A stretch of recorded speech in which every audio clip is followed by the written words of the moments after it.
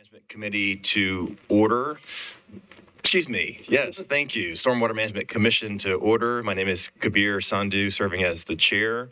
And as customary, our first order of business is to publicly review the meeting minutes and decision letters from our last meeting. And I'd like to ask the fellow commissioners to do that now. We'll give a few minutes. I know we've had some folks late with traffic and other things. I think we're all here now.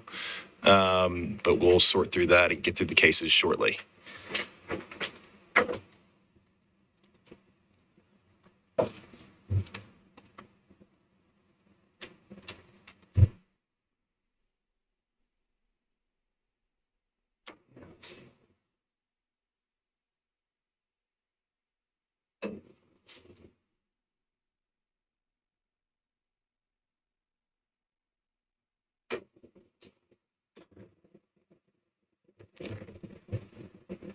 And whenever anyone is ready, I will entertain a motion, and perhaps they can be combined into one. I would move to approve the minutes and the decision letter for the Trimble variance as presented to the commission. Great. We have a motion. Is there a second? It's been properly seconded. Any further discussion? Okay. All in favor? Aye. Any opposed? None. All right. Motion carries. Next item of business is our regularly formed agenda, and I don't think we have to rearrange that now. Is that correct? Yeah. Okay.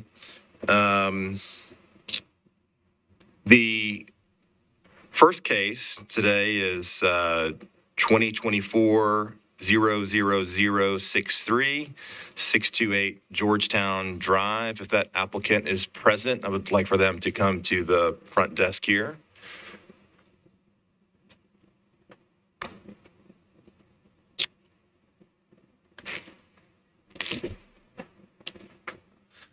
And just to give the rundown of how this will unfold, Logan will read you your rights for the case. Then I would ask you to introduce yourself and any other members that are here to present. You will have 10 minutes to present your case. I'll give you a 2-minute warning. And then we will close the case presentation. We will open it up for public hearing. If there's anyone here to speak of in favor or opposed to, we will close public hearing, and then the commission will discuss, and we may have some questions back and forth for you in order to determine a vote. Okay, so with that, I'd like to ask Logan to kick the case off. Opening statement to the applicant. If you are not satisfied with a decision made by the Stormwater Management Commission, you may appeal the decision by filing for a writ of certiorari with the Davidson County Chancery or Circuit Court. Your appeal must be filed within 60 days of the date of the Commission's decision. You're advised to seek the independent advice of legal counsel to ensure that your appeal is filed in a timely manner and that all procedural requirements have been satisfied. Case number 1 on the agenda is case 2024-00003, 628 Georgetown Drive at 628 Georgetown Drive. APN is 115-0300-9500. Inspector is Stormwater Single Family. Council District 23, Tom Druffel. Applicant's request: disturbance of the floodway buffer to construct a covered awning, allowance of impervious surfaces to remain within the floodway buffer area, continuous mowing and maintenance of portions of the floodway buffer, waiver of buffer signage is necessary. Appellant is Steve McNutt, represented by Caitlin Paul, P.E., and Time Engineering Services. Comments: Stormwater staff. The increased area of the Zone 1 buffer offset proposed buffer disturbances. Modified French drains are not allowed within the Zone 2 floodway buffer and should be included as a variance request. Codes, no comment provided. Planning deferred to the recommendation of the Stormwater Management Commission. Greenways deferred to recommendation of the Stormwater Management Commission. Great. If you would introduce yourself. I'm Caitlin Paul, and Time Engineering. And please make sure we press the button on the mic so it's recorded in the audio. Caitlin Paul, and Time Engineering Services. I'm Stephen McNutt, the homeowner. Okay, great. You may proceed. Okay, my name is Caitlin Paul, and I'm a licensed engineer retained by Stephen McNutt, the homeowner of the single-family home at 628 Georgetown Drive. Mr. McNutt desires to make an addition to his home totaling approximately 1,200 square feet, which is in excess of the 25% of the existing square footage. Therefore, the addition does qualify as significant redevelopment as defined by the Stormwater Management Manual, and water quality buffers must be applied to the property. Due to the presence of regulatory floodway, a 50-foot Zone 1 and 25-foot Zone 2 buffer are required. While the 1,200 square foot addition is fully outside the buffers, the bulk of the existing home and a proposed awning structure above the existing front porch are located within the Zone 1 and Zone 2 buffers. These features are visible in the exhibits provided for your review. While the addition nor the awning will result in land disturbance or new impervious area within the buffer, Mr. McNutt proposes to dedicate a portion of the property as a no-mow area. The no-mow area is proposed as a variable zone that roughly aligns with the areas of existing dense tree cover while leaving reasonable areas for front and rear yards around the home. Due to the dense tree cover, much of this area is already not maintained as traditional lawn space and currently possesses many of the desired qualities of a riparian buffer. We have retained a licensed landscape architect to assist with identifying the location and size of existing buffer trees and in identifying an appropriate boundary for the no-mow zone, which is shown on the provided exhibits. In conclusion, I believe that the homeowner has made all reasonable attempts to comply with the applicable regulations and respectfully request that the commission approves the variance so that the homeowner may retain the desired building permits. Great. Is that the conclusion of your presentation? Yes, that's it. Okay, thank you. I'll close the presentation and open up for public hearing. Is there anyone here to speak in favor of or in opposition? Okay, seeing none, I'll close public hearing and open it up to the commission's discussion. I was just going to say as well, we did have somebody that went to the wrong address. Yes. They're in opposition, but I don't have a specific email or anything from them. They went to the Howard office building instead of here, so because that's where we're usually at. So I'm working to get an email, and if I do get an email, then I'll let you know, and we can read that into the record. Yes. But otherwise, I didn't have any complaints or anything. Okay. All So right. can you just open back up the public hearing later if we need to or something? Well, Well, I mean, you could just wait a few minutes and put this on hold and go to the next case, or you could start deliberating and then Logan could read it. But if you want that opposition to be heard, then you should, wait until you have it, assuming that this guy's actually going to send it in. Okay.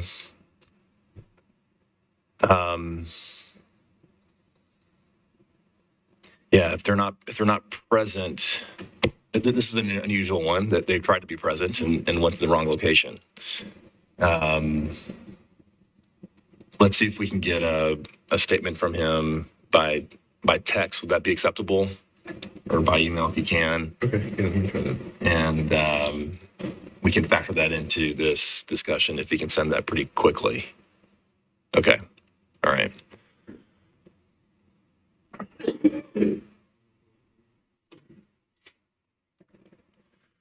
All right, should we take this case one by one? There's a couple components. Oh, go ahead.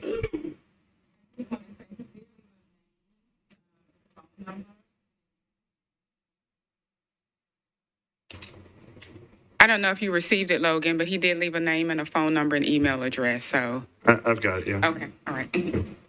I just sent him a text.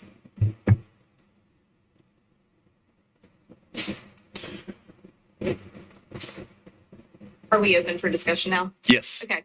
I have a quick question for Metro staff on this one. I was looking at our stormwater management manual, and because this is a modification of a buffer, I was wondering, do you consider this redevelopment as defined in Appendix B of our volume?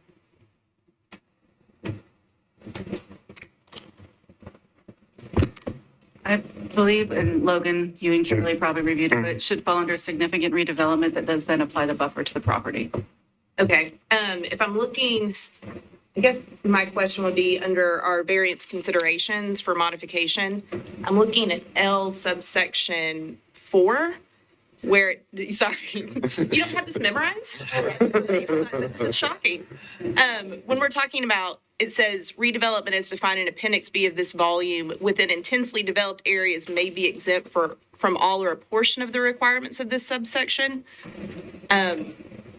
I just wanted to see if we've made, or if Metro has made an assessment as to whether that could be applicable here.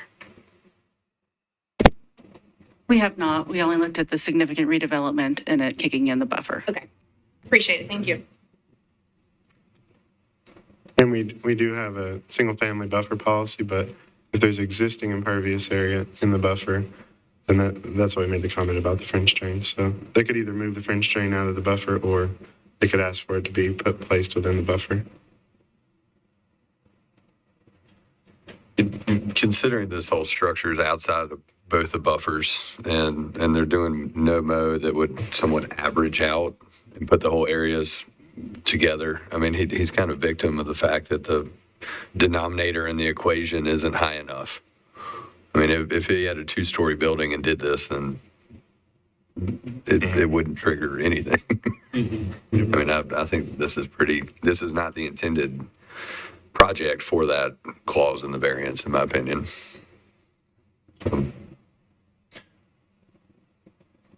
And then to further that point, the purpose of the French drain, what is this French drain doing here? That's to mitigate the increased impervious area. Okay. It's not like a dewatering. It's more of a practice Okay. for stormwater management. Okay. Okay. And Logan, there was a couple of staff comments in this. Just let's recap those quickly. We had a comment saying that the offset essentially met the mitigation, and then the other comment was about the French drain going into zone 2, that they needed to either include that as a request or they needed to revise their plan to take it out of zone 2. Okay. Can we include that as a request? Yeah, I think since it's as presented in the drawing submittal, we're reviewing what's here and it's included here. Okay.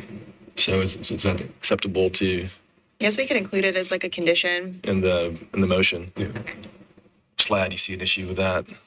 Okay. Okay. Yes. And Logan, in the comment regarding mitigation, can you say that comment one more time so I, Yeah, I'm gonna look at that because I know that they are proposing a no-mow zone for portions outside the buffer. Is that the mitigation that they're referring to, and that it would be potentially the equivalent of what?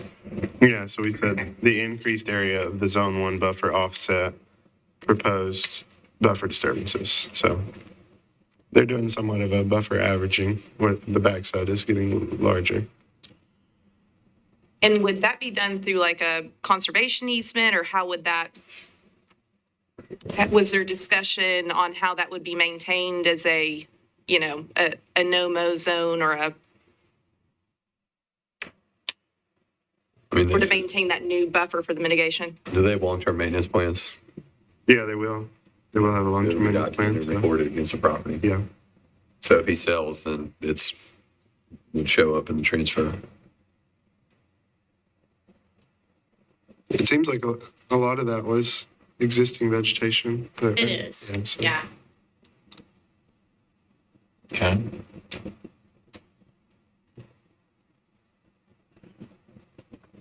I'm hearing three components to a potential motion. The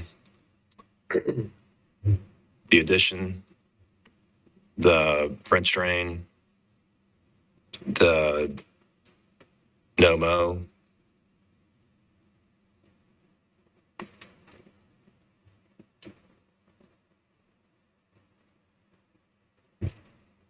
Any other components we need to consider? Did you have any request on signage? That's what I was going to bring up. We did request that no signs be required.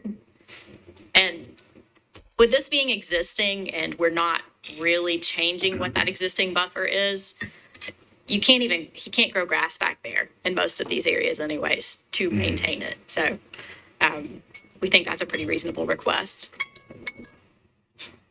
Do you mow your own yard? Actually, I do some, and then I pay someone to do. Will you tell them not to put their mower in that area? Well, absolutely. And I don't know that there's any grass. There's not grass back in that It's area. not- it's too shaded to grow grass. But yes, absolutely. I'll tell. Yeah.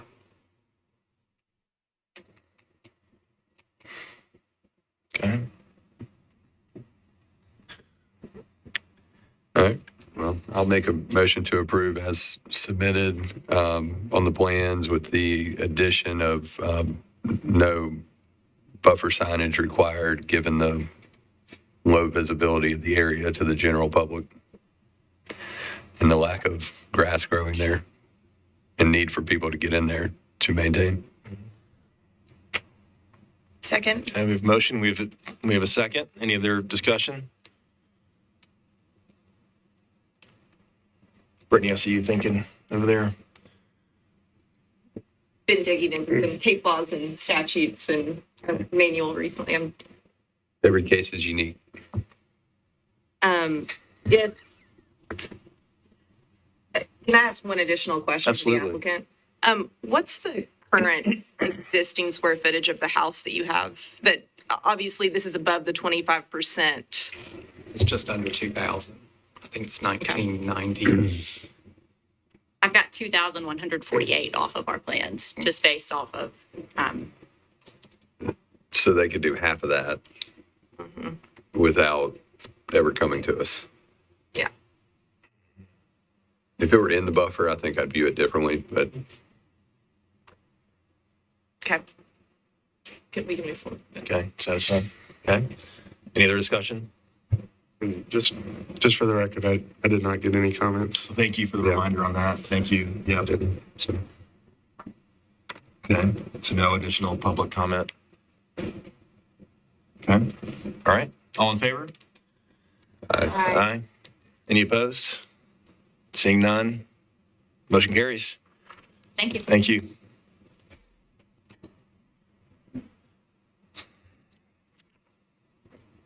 All right. Excellent, excellent, excellent. I think I should have noted that the agenda has been modified. One case was removed from the agenda. That was Trimble. Is that correct? And they will appear potentially next month. yeah, that's correct. They should be back in next month. All right. So then the next case, if the applicant could come to the table for case number 2024 00004 Bellmead Plaza. See the applicant's here, and if you would mind, Nathan, publicly state your recusal. Yeah, I'm going to recuse myself from this case due to our involvement in the project. Okay. Thank you. oh, you're down to 4. Do you wish to push forward? This is a preliminary plan, so shouldn't be Low a vote. risk. Yeah. Okay. I think you all were present to hear Logan issue the statement related to rights and appeals. Is that correct? Okay, and you have an understanding of that? Okay, so Logan, I'd go ahead and introduce the case. Okay. Case 2 on the agenda, case 2024 00004 Bellmead Plaza, preliminary, 4500 Harding Pike. APN is 116030000500. Inspector will be MPDES. Council District 20, Roland Horton. Applicant's request, disturbance of the floodway and floodway buffer of Richland Creek to remove existing encroachments and restore the stream bank, continuous mowing and maintenance of portions of the floodway and floodway buffer, placement of 2 bioretention areas within the Zone 2 floodway buffer, modification of buffer signage to allow for educational signage. Appellant is Ryan Doyle, AJ Capital Partners, represented by Ryan Woodson, PE, Barge Civil Associates. Comment, Stormwater staff. Project involves a significant amount of stream and buffer restoration. Codes, no comment provided. Planning, defer to recommendation of the Stormwater Management Commission. Greenways, defer to recommendation of the Stormwater Management Commission. Great. I should acknowledge that the applicant had requested to have additional time for their presentation here, and I had responded in a manner that requested them to work with staff to develop a concise presentation to fit within the 10-minute allotted time. And then at the end of that time, I would be willing to ask the commissioners if they need additional information from the presentation to extend their time such that they can provide clarity for the points that are in their variant. So I'll be doing that for you here since you've made that request. So at this time, I'd like to go ahead and have you introduce yourselves, and then I will start the 10-minute clock after those introductions are made, and then we'll move on into the process. Okay, thank you. My name is Ryan Woodson, Barge Civil Associates, civil engineer on the project. Brian Phelps with Hawkins Partners, landscape architect on the project. Thank you, Commission, for hearing this. It is a preliminary plan. Belmead Plaza site is at 4500 Harding Pike. You all may be familiar with it. If you go to the next slide, please. This is a slide that shows our 4 variance requests at this time, and we'll be going into each one of those individually. Here is an overview of the site. You can see where an existing Kroger structure and a shopping center, impervious parking, and a parking garage are. This is at the corner of White Bridge and Harding. There's a CSX rail line planned north, and both the Kroger and the parking garage are built out over Richland and Sugar Tree floodways and the creeks themselves. Here's a plan that shows those buffers as well as the floodway and the floodplain. As you can see, a large portion of the existing site, structures and parking, loading, et cetera, is in that buffer in the floodway itself. Here are some pictures for reference. Underneath, the top left is underneath the Kroger. This is Sugar Tree Creek. I should mention that this is at the confluence of Sugar Tree and Richland. So the Kroger structure spans both of those. This was built in the 60s and, of course, would never be allowed today by federal, state, or local regulations. There's some more pictures here of a parking garage that's built out over Richland Creek. You can see retaining walls and other impervious surfaces. This is behind the, some photos behind the existing shopping center. This is the loading drive back in this area. There are dumpsters back here. There are grease waste bins, and even a retail space that its finished floor is about 6 feet below BFE. So our first request here is the disturbance of the buffers in the floodway, which is necessary in order to remove all of this impervious surface that you're looking at. Here's a illustrated site plan. So we are putting in a greenway along both Richland and Sugar Tree Creek there. You can see that greenway and some of the associated landscape and amenities around that. There are a couple of overlooks just to engage with the stream so that those who are out there can see. And we're also planning on reusing portions of the Kroger structure, the columns specifically, to build a platform park, which you can see in the top left, upper left, right, left-hand corner. Next slide, please. And this is just an overlay that shows those buffers and where the greenway would sit inside of that. Here's a preliminary grading plan for the site. It may be hard to see, but we are restoring the stream bank and benching the bank and flattening it out for flood storage and habitat restoration and enhancement. There will be a low retaining wall between the creek and the greenway just to make up grade and get the building and all associated areas around the building out of the floodplain. This slide shows a percentage of impervious area that's within the floodway and the flood buffers. Currently, it's about 72%. And the next slide here will show you our proposal with, again, the red is impervious, the green is planting and mitigation. So we're removing almost 75% of the impervious area in the floodway and buffers is there today. Our next request is for 2 bioretention areas in the Zone 2 floodway buffer. So you can see these are highlighted in blue there. They're up against the building. The reason we have this request is due to the constraints on the site to move everything out of the buffer and reduce kind of the buildable footprint. We needed this additional area. It's also just a natural outfall point to the creek, so we can drain stormwater from these buildings that are kind of grayed back, and we can treat it in those bioretention areas that are highlighted there. This is a section view of the greenway, and the blue circled or oval there is where the bioretention area would be. It just gives you perspective of how that creek bank will be restored and the interface. And this is just another view. This one is the first one, I should say, was for the first bioretention area. This is for the second, which is a little bit further upstream along the greenway. So the variance number 3 is related to maintaining and mowing the landscaping within the buffer. Next slide. As you have in your packet, or the submittal, that we have an extensive planting plan to stabilize the grades and the habitat restoration and enhancement of the greenway. And as such, we are going to need to maintain that landscape and in some cases mow it where we have the 3-foot grass strip on either side of the greenway, which is typical of metro greenways. And then next slide. And we are planting approximately 240 trees on grade, which ends up being an excess of tree density units of 229 units there. You can go to the next slide. And then on the variance request number 4, we do want to include educational signage with the opportunities that are provided along the greenway. Next slide. These are just some potential locations, integrating them into the overlooks, the trailheads, at various points along the greenway here. You can go to the next slide. So we wanted to talk about, you can go to the next slide. Oh, uh-oh. Is it not working? Okay. You can go back to that.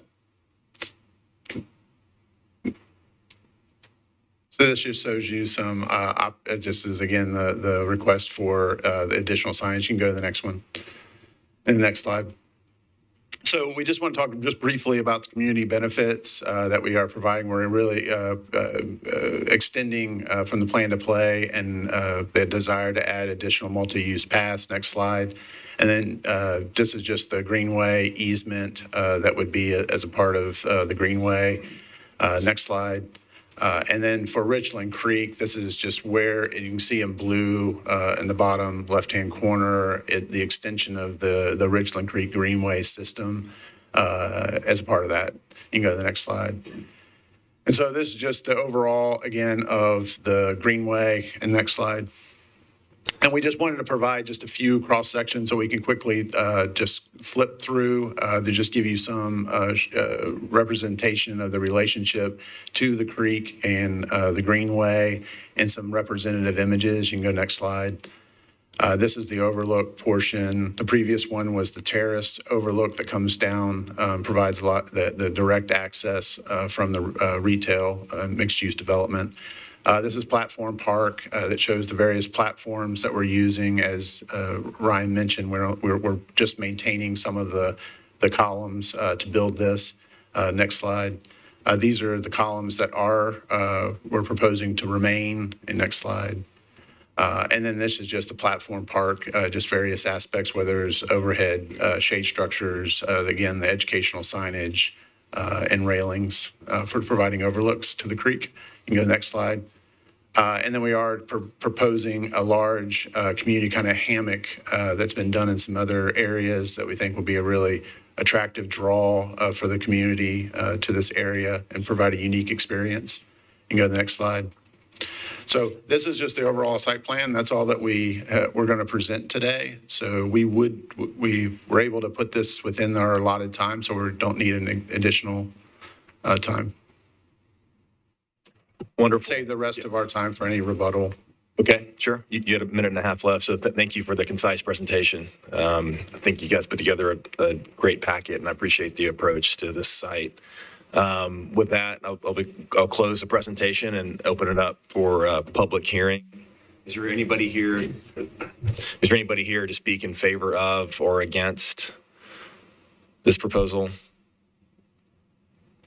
Okay, seeing none in the audience. Logan, did we receive any letters or airmail, Yes. smoke signals? There is a printed copy of the comments from the city of Belmead, which is neighboring to this development. I also received some phone calls from some concerned individuals, mostly in regards to blasting in relation to the construction and also flooding downstream and kind of the oversight process for some of that stuff. So I let them know that TDEC would be involved for sure, and Army Corps would be involved, and Metro Stormwater would be involved later down the road as it progresses. So it may be good for you to address the blasting part of it because that seemed to be a big concern. I don't know if there's actually blasting planned or not. Yes, there will be most likely some blasting, but that'll meet state requirements for, being a certain distance from the stream, as well as the monitoring that's required. We do have a blasting consultant on board, and they will be eventually engaging with the community when the time comes to let neighboring property owners know about the blasting, but we're still quite a ways away from that. And then the statement from Belmead City Hall was related to compliance with FEMA regulations, and all the commissioners have that letter in front of them. And I think we are acknowledging this and are confirming that this development will comply with those regulations. Yeah, and we will, it's worth noting, we will be submitting a conditional letter of map revision to FEMA as part of this project in a flood study for this work. So, okay. And I'll remind the commission that this is a preliminary approval. I think last time we did not, well, actually, I'm sorry, let me back up. Let me close public hearing. Was there anything else we need to state? No, there was not. Okay, I'll close public hearing and then we'll open it up to commissioner discussion, and I'll finish my statement on this is a preliminary. And the last time we did a preliminary, I don't think we created a motion with points as part of that. It was a motion just to approve the preliminary as stated. In this case, we may feel it reasonable to create some components to that motion. So I think it may be best to provide direction back to the applicant in this case, given the nature of this project. But I'll leave that up to discussion here. Well, and to that point, I find it helpful. So when they come back for the final, I will tell you, looking at the minutes and then looking at those points helps me, and remember exactly what the initial conversation was in preparation for the meeting. So I appreciate when we have those points. Agreed. Okay. I'm happy to open up the dialogue. My question is related to greenways. In this case, we've got buffer disturbance request that encompasses both Zone 1 and Zone 2, and part of that is related to the demolition of the existing structures and the regrading of the banks and restoring it to some natural state, and then the greenways, I believe, are weaving in and out of the Zone 1 and Zone 2. Is that correct? Yes. Okay. And I know in our regs, we have some exemptions related to greenways and buffer disturbances. I think historically they've been related to, and I could be wrong, but exempt in Zone 2. Is there an exemption, Logan, for Zone 1? Rebecca, I think it's only at-grade greenways as well, right? And I'm seeing the buffer disturbance as more to restore the area versus actually install the path. Okay. The permissible buffer impacts we have for trails, we used to have greenways in the regulations, but we had to pull that out because we cannot treat metro developments differently than private development unless we have a resolution. And so we did put forth a resolution that allows staff to approve at-grade greenways as long as there's no specific grading elements associated with it. So this one doesn't fall under that category. Is that impervious area exempt from water quality? Or does that kind of count against you in the greater site? It's going to be interesting because if they're doing LID, then the site boundary isn't supposed to go into the buffer, and that is where this imperviousness is. So I think that'll be a discussion going forward. Sometimes we treat it as sheet flow. Right.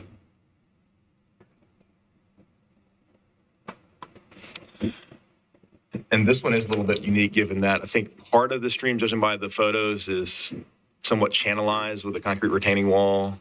Part of it goes underneath existing buildings. So we're reshaping the site. So from an at-grade standpoint, well, at-grade is building going over streams. I don't know if y'all have ever been back there, but I feel like they were pretty complimentary with these pictures. I mean, the reality is there's shopping carts. It's a dump back there. Mm-hmm.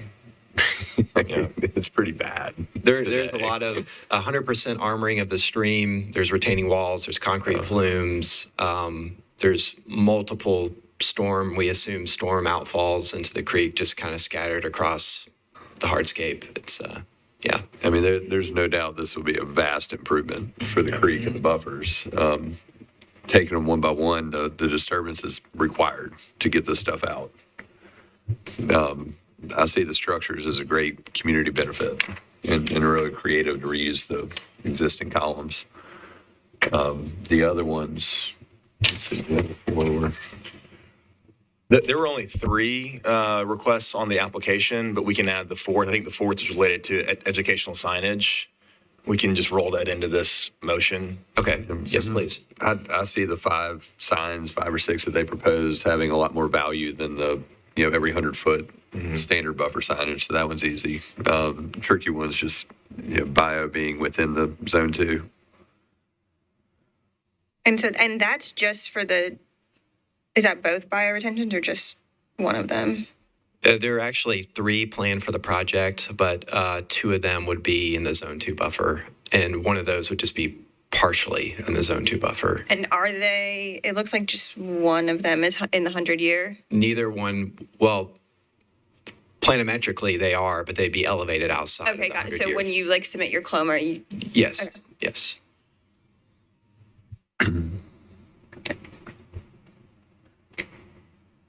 And you talked about, and maybe I just missed some details, providing like some benching and things for floodplain storage. Can you describe that a little bit more? Right. So the stream banks themselves would be rebuilt, and then we would flatten out the slope considerably for a natural flood-prone floodplain area for that storage, and then the grade would go up again where the greenway sits. So the greenway is elevated a little bit outside of that. I think it'd be in the 10, 25-year floodplain.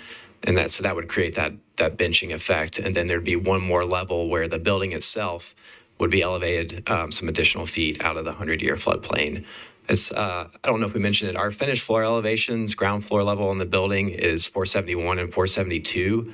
And BFE for the site ranges from 464.5 to 461, upstream to downstream.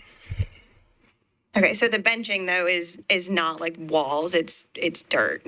Well, it'd be a mix. There will be a low retaining wall, 3 or 4 feet on the creek side of the greenway, but just for a portion of it. We also have some elevated portions of greenway that'll be on piers. But there will be a mixture of that. So. The creek edge is a natural edge there. It does not include a wall as it is today where it's channelized. We're using plant material and staking and various ways to stabilize that slope that doesn't require hardening it. Okay.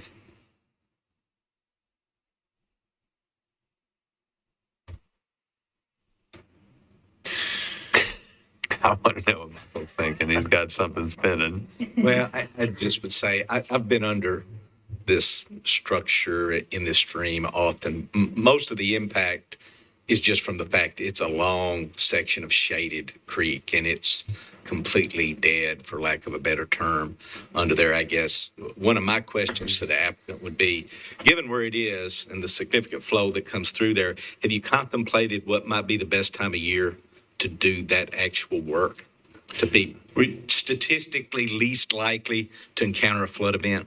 It is something that we're definitely considering and coordinating with construction with that. We're working with Davy Group quite extensively about how to stabilize this and the best times to do that, to ensure that not only we stabilize it for erosion, but also just establishing the habitat and the trees and things. And as you can tell by the application, the density of the planting is quite considerable to give us our best chances of that. I mean, it's always a risk within that, but yes, we're trying to determine what the best timing of that is. Good question, Mr. Hunt. Thank you. Is there another portion that this request is only related to the greenway portion of the site? Is there going to be another phase where the buildings or any of the buildings going to be impacted with floodplain or any other buffer disturbances? No, the buildings themselves are entirely outside of the buffers, and there will be no request for FFE discrepancy. They'll be elevated.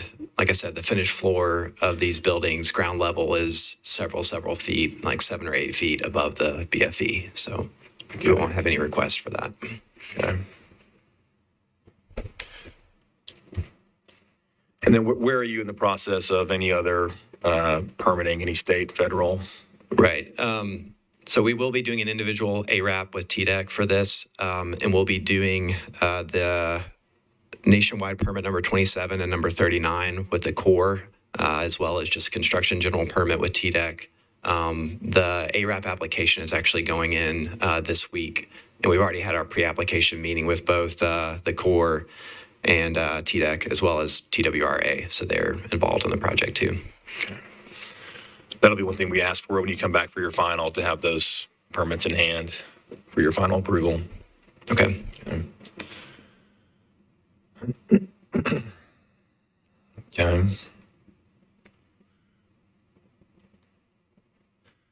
You want to take this in a methodological approach with the 4 items? Yeah, let me ask one more question. Since part of, I think, the overlook as part of the greenway is going to be in a floodway from where the location is now, one of the things that we have to assess is that the variances we cannot issue within any designated floodway if there's an increase in the flood levels during the base flood discharge would result. Can you confirm that that wouldn't be the case in this particular situation? Yeah, that would be part of the CLOMR process. I'll say that our CLOMR has not been fully reviewed and approved by FEMA, but we would be doing that flood study, yes. So we're not anticipating, just due to the large amount of impervious area that we're pulling out, we're not anticipating any kind of impact. Also, I should note that while we're not asking for a variance for cut and fill, we have currently 1,500 cubic yards excess cut just because of the amount of material that we're taking out of the floodway and the buffers.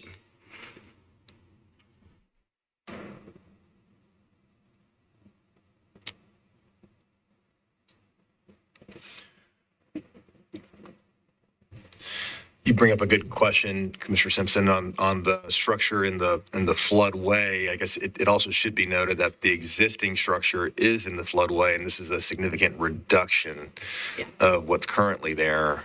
I agree with what you're saying, and obviously taking that into consideration. However, I think anything that they would want to do on this particular property would require them to come to us for a variance. So I'm looking at it in that way, making sure that we're still following all requirements under our manual. I think if they wanted to take down that Kroger and build anything new, they would be before us. So but I appreciate that there is an overall reduction. And I also want to say, just for the record, anyone listening, this was a wonderful presentation. I really enjoy the way each request was broken down. Sometimes we get presentations that where we are left kind of trying to decipher what exactly is being requested. So I will say this was a wonderful presentation. I wish other people would come to us with this kind of background and presentation. I will certainly affirm that statement. Yes, thank you for that. Thank you. Okay, are we working towards a motion here?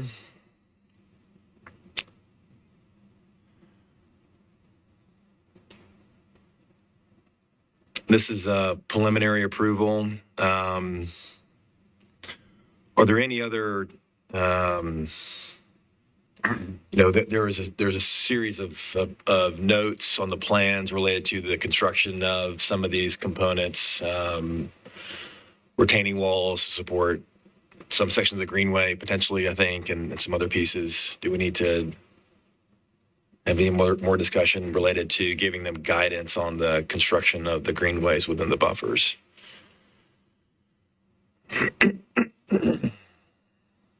I don't really know if that's our purview.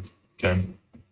I think it's all pretty straightforward. The only thing that leaves me a little bit curious is just alternative site plan relative to location of bioponds and that buffer. If you took the approach that, so averaging of buffers is common practice in a lot of other cities, but our manual doesn't contemplate that, without a variance. And so just curious, I know you aren't getting in it much, but we just have to think about, is that the last option? Or I don't know, staff would consider an alternative, the in lieu of fee for a tiny little discrepancy, considering what they're putting into this. I know it's going to get really hairy because you could probably count that whole buffer area as forest, but they might be saying, no, you can't because the LID boundary. There's just a lot of unknowns there that really need to be worked out with staff more so than us. But when you come back, if we know that y'all fully vetted it, then and that's the last option, then I think I could get behind it. But on a preliminary basis, it's just hard to know. To know that the bio pond is actually feasible on the site too. Like, have they done the subsurface testing? Yeah. To get to the final approval of that element, it takes, for the general public, it takes a whole lot more work than what you would have done at a preliminary variance basis. So it's just hard, I know y'all are presenting it knowing it might be needed, but it's just hard to know right now. And I think what we're hoping to just provide us guidance that we can continue to pursue that, and that we, is it an option for us, and I guess to what degree and what you need for I guess confirmation of what makes you comfortable to allow for that. So that's really today is kind of asking, because we'll be going through that whole process, and this is our moment to ask if it is something viable to continue forward. Mm-hmm. Yeah, and we certainly want to work with staff to figure out what is the official LID impact boundary. I will say, in addition to the bioretention areas, we're also using green roof and a cistern. So we have other elements. It's a large site. Over, nearly 40% of the site is encumbered by floodway and buffers. So trying to squeeze in LID practices such as the bioretention area gets kind of tricky. But we are looking at all options. So that makes sense. If I might offer, one of the things with no LID in the buffer really contemplates a greenfield development where the development outside of the buffer is being maximized and then the treatment being placed in the buffer. Here, the site actually, as you see on the plan, is a significant overall mitigation. I think for me, one of the things I might recommend is looking, I think you said it's going to be above the 100-year base flood elevation. yes. So, just making sure that it won't be impacted by floodwaters and that it's designed with the vegetation to assimilate that situation? And then also, can you slow the water down enough getting into it where that it can adequately settle and perform as a bioretention? Right.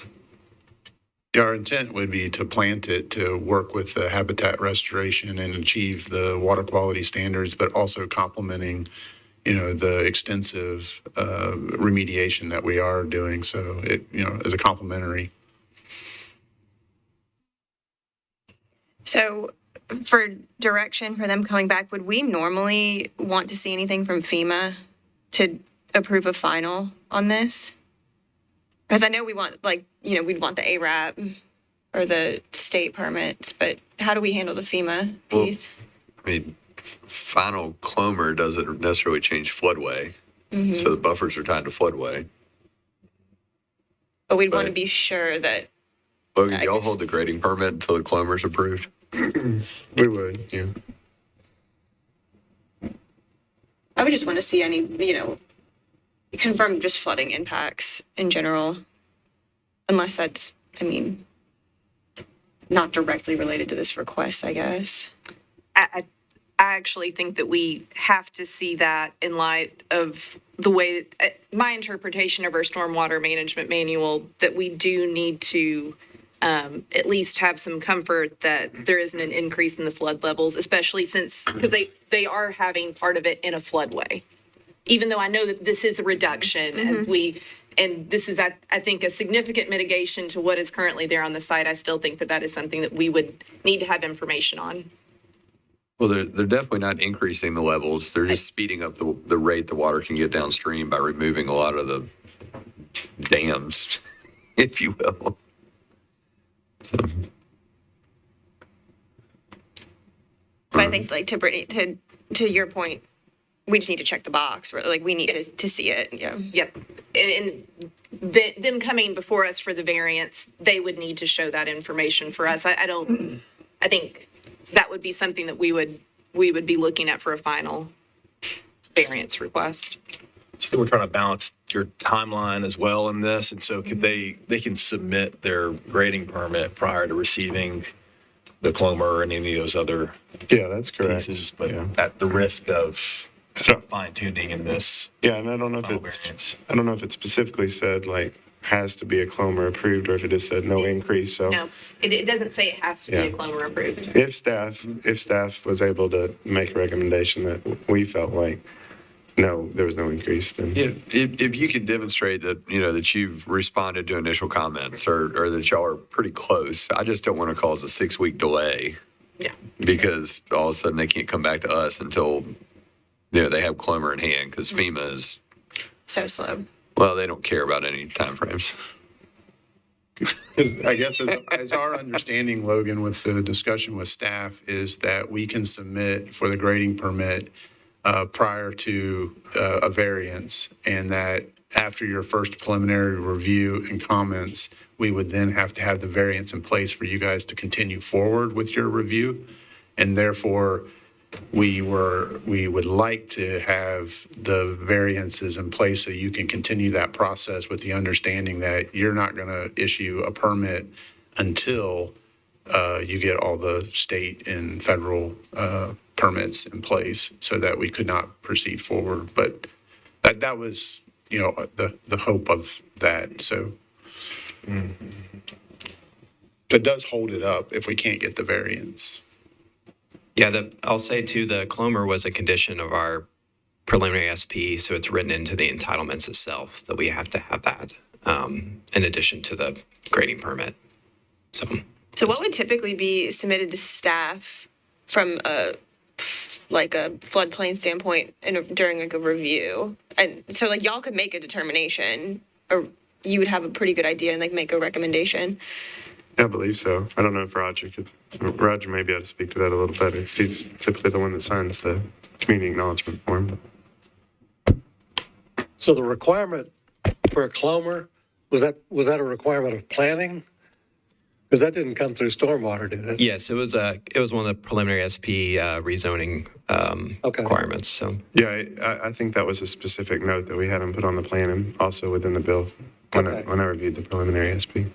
And from our understanding, we've had conversations with the Corps, with Barry Moran, and the expectation is that this reduces, improves the conditions in the creek and reduces the potential for adverse impact due to high water or extreme events. So, I mean, the process of getting a clomer can drag out, as we know.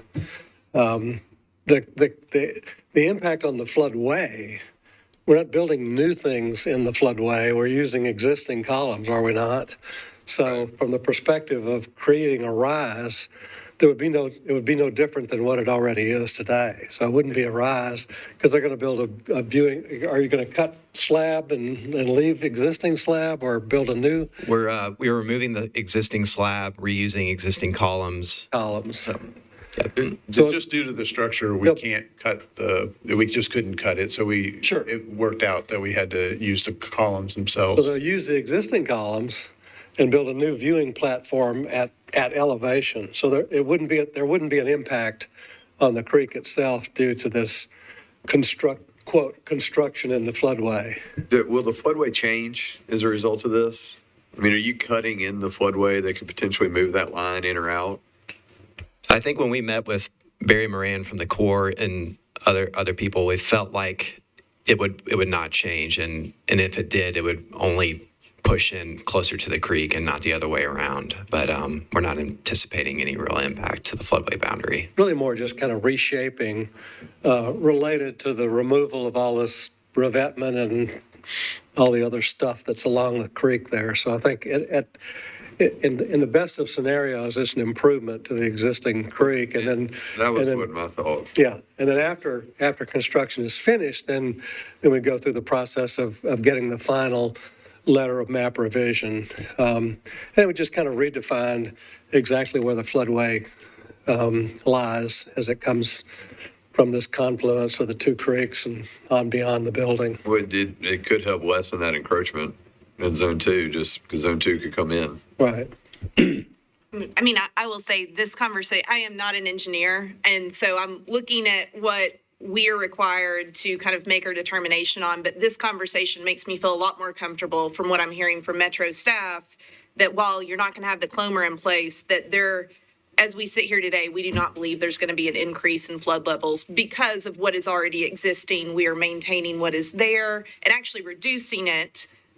So that makes me, I think, feel like I have some of the assurances that I would need to make a ruling. Okay.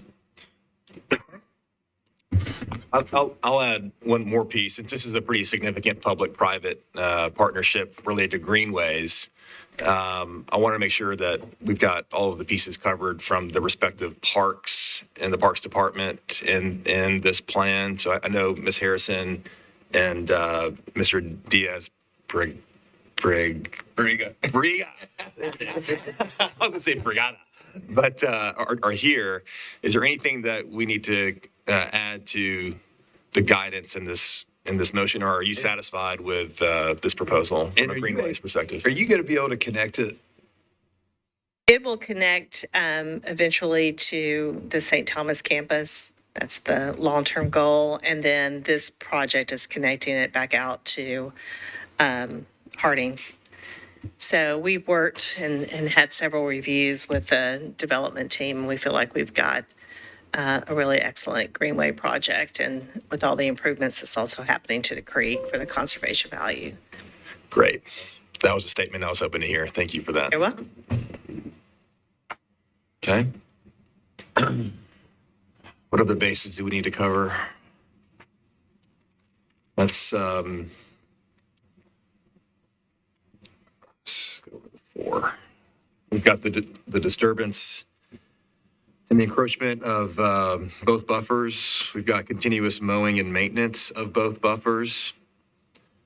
We've got use of bioretention in the buffers. And the fourth one that was not on the packet is the educational signage modification. we've got confirmation from Greenways that it's within their, that they're happy with the public-private agreement. So if I were going to be putting together a motion based on this conversation, where did we land on the state and federal? I know we discussed the Clomer, but with the ARAP and with some of the other maybe approvals and permit requirements from a state and federal level, maybe I was missing a disconnect here. We generally require those, but are you asking potentially to come back for a final variance before some of those are in place, or is it just the Clomer? I mean, ideally, we want to be able to get the variance to continue forward with the grading review or the grading permit review process, because our understanding is it can't go forward until we get the variance for the second phase of that review. But our understanding too is that this project absolutely cannot happen until it gets all those permits.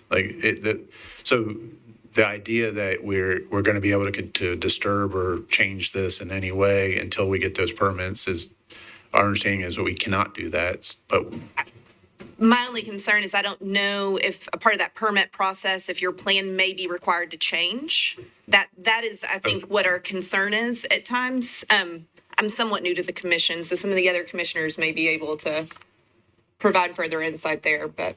It's a chicken and egg thing. Yeah. I mean, I don't think that we see anything here that should keep y'all from reviewing. There's really no asinine requests at all. And I mean, they would need those permits to get the grading permit anyway, so it's not like. Yeah. And you may be able to work with your reviewer, your stormwater reviewer, about moving forward without the variance, Well, on the ARAP and core permits, if we had started the application and were, fully in the review process, had assigned permit numbers, I don't know, would that be kind of an acceptable step to hit in order to come back for a final? In my opinion, yes, knowing that if any comments from them, that could require you to come back to us. Mm-hmm. But an individual ARAP can just take 6 months.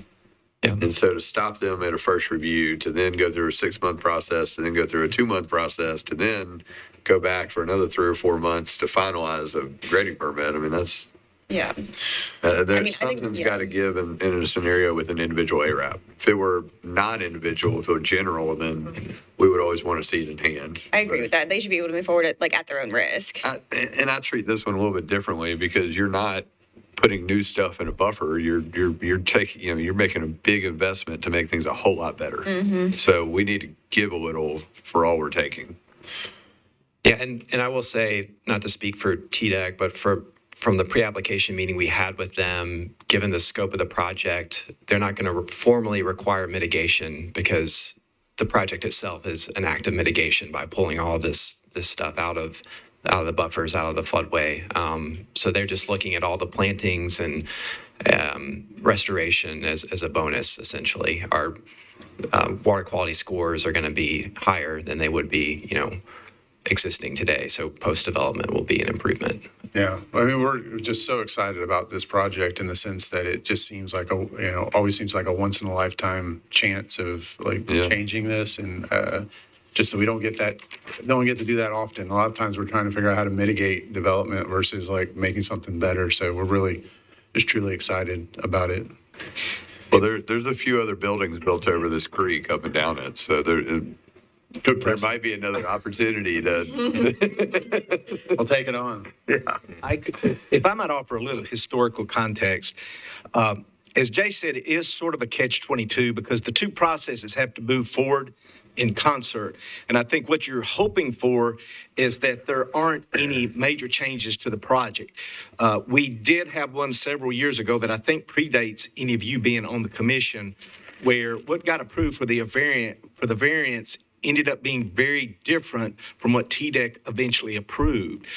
In that worst case scenario, they would just be made to have to come back to the committee and revise their variance because their plan of record would have changed. So like I say, it's sort of logistically, they have to move together to some degree, but worst case scenario, they would just have to come back and get another variance. And as was said, they'll need the ARAP permits and the nationwide permits to start the project anyway.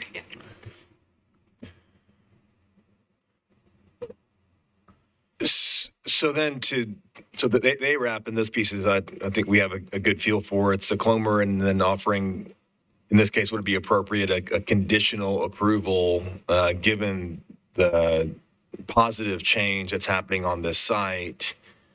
We feel. I'd say if the floodway grows, they're going to have to come back, and that's their risk that they'll have to analyze as they go down that path. If it shrinks and they don't want to come back, then great. If it shrinks and they, and it changes something to their benefit, then they can choose to come back. But right, just knowing that that's kind of a bogey. And another historical context, if I might, if it does shrink to the degree those bioretentions are now out of the buffer, then theoretically that would not even need a variance. Yep. That could be approved at a staff level. And we typically, with uncompensated fill and things of that nature, you quantify the variance. So if we elected to approve a certain square footage within a buffer, then that could shift. As long as that number doesn't go up. And I hate to talk so much on this one project, but I would offer one more piece of advice as we're talking about how do we make sure this all happens in perpetuity. I think much more so than any other project, the long-term maintenance agreement on this project being extremely detailed with maps and showing what is where and how the site needs to be maintained in the interest of the future owner would be extremely vital to this project going forward. Because we do have inspectors who go out, they inspect post-construction controls periodically and buffers. So that would be very helpful to get that recorded. Okay.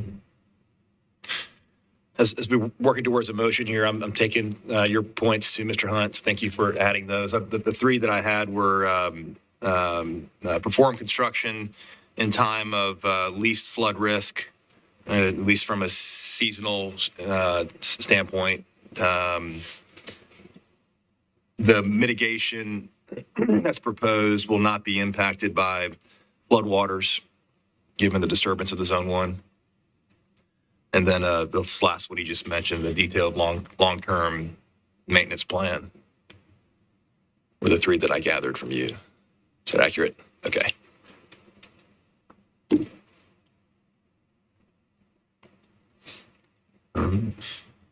Okay. Healthy discussion, folks. We'll make a motion to consider this step of the process complete with the considerations that Kabir just mentioned. It's going to be kind of less formal as a preliminary, but I think we beat this one to death. I second that motion. Okay. Do you feel like you have what you need? Do you need us to recap some of those points for you? I think we got them. Will they be issued in some kind of letter by staff or? I think those are normally in the meeting minutes. Okay, got it. That will be available. Okay, great. Okay. Any other discussion? All right. We can take a vote on those, right? Yeah. Yep. All in favor? Aye. Aye. Any opposed? And we have one abstinence, one abstained. Great. Thank you. Thank you for the well-formed presentation. And we really appreciate the public-private collaboration on this one. This is going to be a good one for the community. So great job. Thank you. Yep. All right, folks, that was a long case. Do we need a couple-minute break? Anybody? Then we got Alejandro. We have Alejandro next. We know Metro Water Services is long-winded sometimes. I'm kidding. Are we good? No break? Good? Good. Okay, let's carry on. Next case is. Are we going to take a quick break? Yeah, I was asking. Yeah, I thought you were stating. Oh, okay. Let's take a 5-minute break. We'll reconvene at 9:37 or so. 9:37. All right. I only need half of it.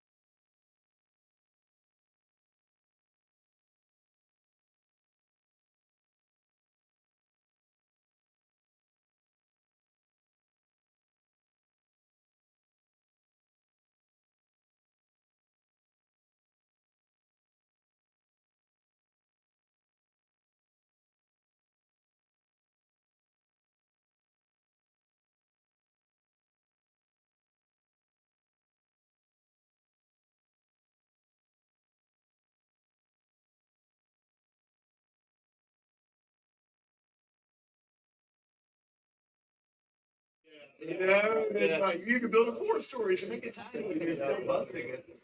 Like, there's no out, and you're just going with that house forever. Right. And then what if it's like stuck and there's no way to like Stand. Yeah, don't have a bigger bed. So that works with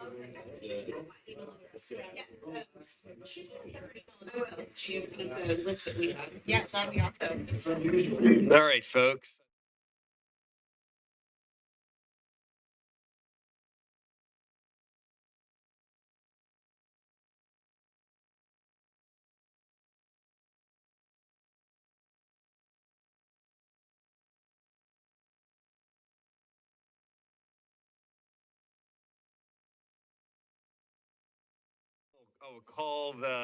I will call the meeting back to order. And I believe we have one more case to review and then some training at the end of our case. Is that correct, Logan? Am I hearing that correctly? We have Yes, we should have ethics training today. Okay. All right. Yes. Discussing potentially moving the training to the next meeting great. because 2 folks would miss it and had to retake it. Right. It makes perfect sense. Okay. A very I'll make a motion to approve on the condition that Kate has to watch it. I won't be doing anything else. And we'll be moving our training to the next meeting so that all of our commissioners, we're missing Commissioner Lewis today. And then Commissioner Kate will be watching Yeah, I'm On going to her- bring some entertainment to the hospital with me. in her hospital bedside during her. Okay, good. All right, back on track. The next case is 2024-0005, Omohundro Stream relocation. This case came before us as a preliminary review a few months ago, and they are here for their final. And I will let Mr. Bowman introduce the case. Case number 3 on the agenda is case 2024-00005, Omohundro Stream relocation, final variance. 1130 Visco Drive. APN is 094-0000400. Inspector will be MPDES. Council District 19, Jacob Cupin. Applicant's request, encapsulation and relocation of 765 linear feet of stream, removal of stream buffer. Appellant is Metro Water Services, represented by Cody Mitchell, P.E., Jacobs Engineering. Comments, Stormwater staff. Staff worked with project designers on mitigation for tree loss and for encapsulation. The project does represent a recognized resiliency need for the community regarding adequate potable water supply. Project options are limited by the logistics of the current plant and facility design needs. All critical equipment is to be located above the designed 500-year flood elevation. Code said no comment provided. Planning, defer to recommendation of the Stormwater Management Commission. Greenways, defer to recommendation of the Stormwater Management Commission. Okay. I think you all were pretty familiar with the rules of how this goes down. Is that a yes? Somewhat? Or would you like for me to recap? I can recap. Please recap. Yep. Okay, perfect. So you will have 10 minutes to present your case. I'll give you a 2-minute warning, and then we will close the presentation and open it up for public comment for those that are here or have sent in letters in support or opposition of. We will then close public hearing, and then the commission will deliberate, and we may have some back and forth questions for you to work towards a motion for your case. So does that help? Yes. Okay. Thank you. All right. Understood. Wonderful. So I will not start the clock until after introductions. If both of you could introduce yourselves and the roles of this project, and I'll let you do that now. Understood. Thank you. First of all, thank you for the commission for hearing us this variance request. I'm Cody Mitchell with Jacobs Engineering, representing Metro Water Services. They're the owner of the project. I have with me Kenzie Cohn. She is a junior engineer for Jacobs and has been assisting in the permitting development. Great. Thank you. You may proceed.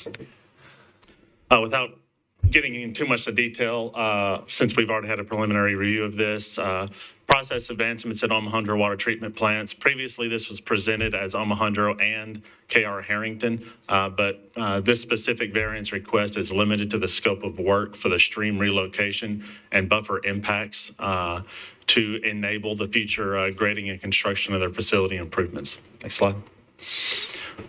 So it's an image of the existing Omohundro plant, and what I have bounded with the boxes in white is the approximate limits of the facility expansions.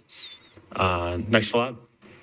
This is a somewhat out of date at this point rendering of what the facility expansions will look like, particularly at the bottom of the image. The facilities are encroaching on the existing unnamed tributary to Browns Creek.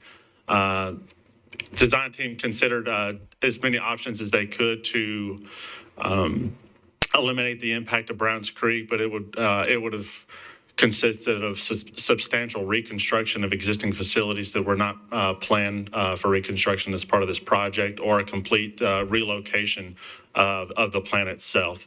So due to that, we felt that the impact of the stream was unavoidable.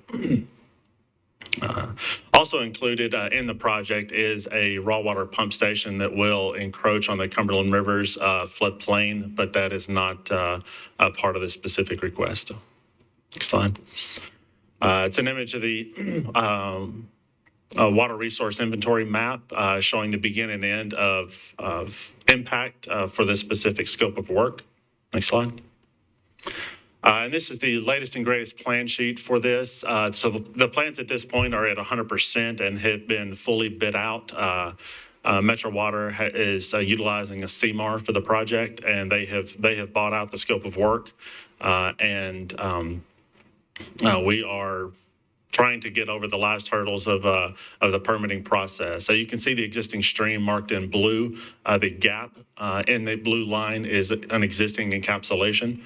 To the bottom of the image is the proposed relocated stream path, picking it up on the plan right side of the image. And it's going to be an 84-inch tunnel that's diverting the stream and discharging back into Browns Creek downstream of the existing encapsulation. Included with this is temporary upstream and downstream impacts at the begin and end of the tunnel.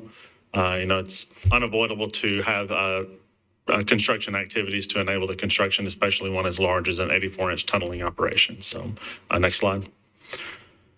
This shows the downstream of the relocated stream. The design team is proposing a dissipation basin. Just due to the volume and the grade difference, the tunnel is outletting. It's approximately 5 to 10 feet above the existing stream bed. And because of that grade separation, they had designed a dissipation basin for the water to not scour the existing stream. This downstream end is in the 100-year floodplain. But it is a net cut condition. I think it's 762 cubic yards of net cut in this downstream outfall. Next slide. With this scope of work, Metro is also removing all of the vegetative plants, trees, ground covers, et cetera, that are in conflict with their initial scopes of work and this scope of work. All of the trees that are being removed are being restored through a planting plan that avoids their future scope of work. I think that we were given the directive from Metro Public Works to employ a 3-to-1 replacement plan. All the trees that are shown in this slide and the next slide are at the begin and ending of the tunnel relocation. So all of the circles and dots that you see there are proposed replacements. We have the tree removal permit approved through the urban forester. I believe the The contractor to do the tree removal has already begun their operation and has started with the trees outside of the buffer area. And with the approval of this variance and the metro grading permit, they will proceed into the buffer in the stream area. Next slide. And again, this is just the downstream end of zone number 3 planting plan. The Browns Creek is pretty sinuous on the downstream end of this, so the buffer is a pretty wide area, but all of the proposed trees are in the buffer and outside of the buffer between the creek and the future raw water pumping station. Next slide. Stream impacts and mitigation. Stream loss, it's 765 feet of loss of stream. The functional loss based on SQT analysis is 599 loss or foot loss. The stream mitigation we are proposing at the Shelby Golf Course. This was described last time, and at that point we had out-of-date plans. We had since brought KCI on board to bring those plans up to current permittable set. The scope of work has been reduced from 5,300 feet of improvements to approximately 1,500 feet of restoration. The calculated uplift based on these improvements is 642 credits. So that gives us almost a 10% wiggle room between calculated and final assessment. The buffer width through that, the average buffer width across the entire stream mitigation site is 50 feet. Next slide. Forgive me for not being able to see this, but I've seen it enough that I can quote you on it. The TDEC ARAP for the permitting for this scope of work, ARAP applications to TDEC were put in last year. TDEC split the applications into 3 components. The first component are the project site impacts and the stream loss and stream relocation. The second component is a water withdrawal permit. That was included in our initial permit application. And the third component, 1.3, is the stream mitigation site. So 1.1 and 1.2, the ARAPs for the project site, the ARAP for the actual stream relocation has been approved and issued to us. The permit for the water withdrawal is complete, and it is waiting for Metro Water just to give the go-ahead for TDEC to issue it. It has a time limit on it that needs to be renewed every 5 years, and there is no urgency for Metro to receive it. So TDEC said, whenever you're ready for it, we'll send it to you. 1.3 is the... You got 2 minutes. Stream mitigation. Yes, sir. Thank you. The stream mitigation site. It is... I believe it has been marked as complete, and TDEC is preparing the public notice documentation at this time. They instructed us that they would issue the 1.1 ARAP whenever the 1.3 ARAP was ready to be submitted for public notice. The Army Corps permits, the 404 permit, it has been stated to us that they have no further technical comments, and they have broadly accepted the mitigation plan as submitted to TDEC with the mitigation plan that I described on the previous slide. At this point, it is an administrative process to issue that permit. The 408 is a Army water withdrawal permit that is being prepared for public notice as well. It is complete and being prepared. So the 404 is dependent on that process being complete before they can issue the 404 permit. No rise certification. Like I said, there is a net cut in this condition, so there is no rise associated with it. And the Metro grading permit has been submitted and resubmitted to the point where I'm not aware of any further comments at this time. So, thank you. Great. Right on time. Thank you. Not rehearsed at all. That's impressive. Okay. Do we have anybody here to speak in favor of or in opposition in the audience? Okay. Any letters of support or opposition? There were none on this case. Okay. All right. I'll close public hearing and then open it up to Commissioner discussion. I will add that we did have this as a preliminary before. I think we gave some criteria, and thank you, Commissioner Simpson, for asking that question earlier, and it's probably worth recapping those. Yeah, I have, so we did have a preliminary variance in September. We had robust conversation, if I recall, then. We did grant the preliminary approval, and then the conditions where the applicant shall provide approved and issued state and federal permitting prior to final variance approval. The second was if the proposal for offsite mitigation is not accepted by federal, state, and local agencies, then a proposal for onsite mitigation or offsite mitigation within Davidson County shall be proposed with the final variance.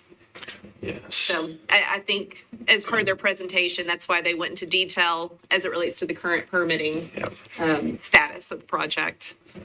And I'm happy to go into more detail if you guys need it, as far as the, I guess, spider web of permitting requirements for it. I appreciate the table and the update of where you are with those pieces. I think the other discussion we had was the offsite mitigation component, and we talked in depth about that. I think you guys have been through a pretty big effort with Metro Parks and working through an agreement to perform the offsite mitigation at Shelby. That's correct, right? That's okay. We very much applaud that. Absolutely. So thank you to Metro Parks and other governmental agencies and Metro Legal and working together to make that happen. Hopefully this sets a model for future infrastructure projects from Metro Department to Metro Department. Okay. I didn't notice any big deviation from the preliminary, so sorry. I didn't notice any big deviations. So if there are any, let us know, but otherwise it seems very in line with the preliminary.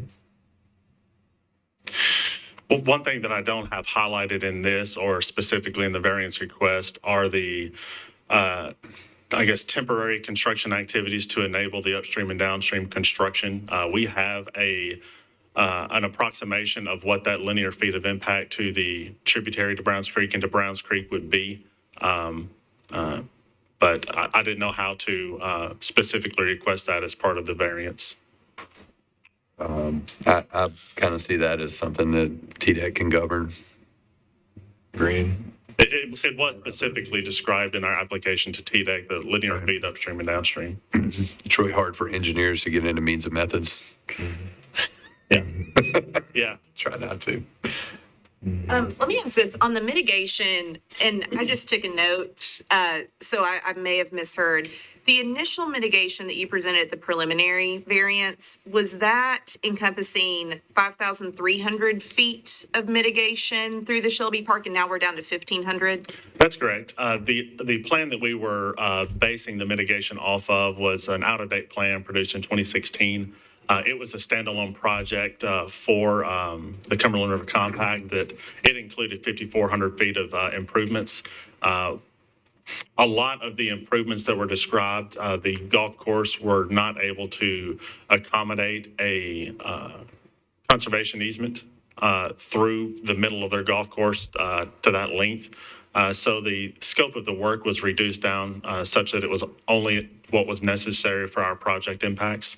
And it was in a location that the golf course was amenable to the easement. Yeah, I recall them saying they have plenty of opportunity and then they were going to right size it, which is what's occurred at this point.